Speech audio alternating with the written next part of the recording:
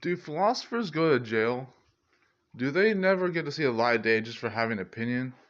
Or are they outcasts from the outcasts because they don't believe in things that people actually believe in themselves? What I'm here to tell you is that there are philosophers out there that will believe things and even try to advocate and debunk and over prejudice in the ironic sense all sorts of things that would actually blow your mind. Like there are beliefs that we have that would actually blow your freaking mind. And they were around things like, oh, you think it'd be as simple as, oh, well, let's revolutionize 1 + 1 = 2 and make it so equals 4. No, no, it gets way darker than that. It gets way darker than that. You think it's gonna be as standard as an object of truth, like, oh, well, the golden rule is a fallacy. You're getting closer to it, but not quite. I'm talking about philosophies that would revolutionize the Russian supercomputer, the quantum mechanics of Christian thinking, and even knowing how to resemble your own mind without it. What I mean by that is, and you ever seen this with like the SpongeBob and One Piece anime, subjective wisdom stuff, and I was cool about that, but even Twilight Zone and Outer Limits for that matter. But some of those horror shows and movies do have a good point. I mean, even Shaggy's Knife for that matter. Here's what I'm gonna mention for a bit.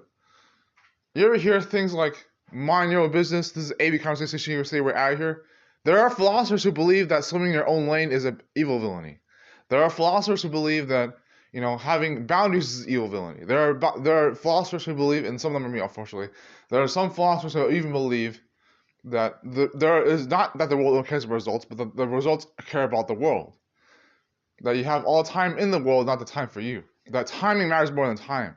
That even being yourself is not all there is to it. Now, why do philosophers do this?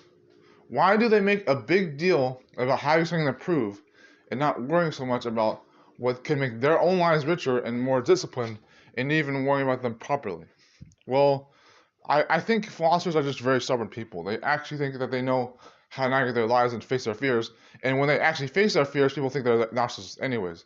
One of the worst things you can tell a philosopher is that they're a narcissist for trying to be themselves and trying to discover their own truth. Like, take my dad, for example.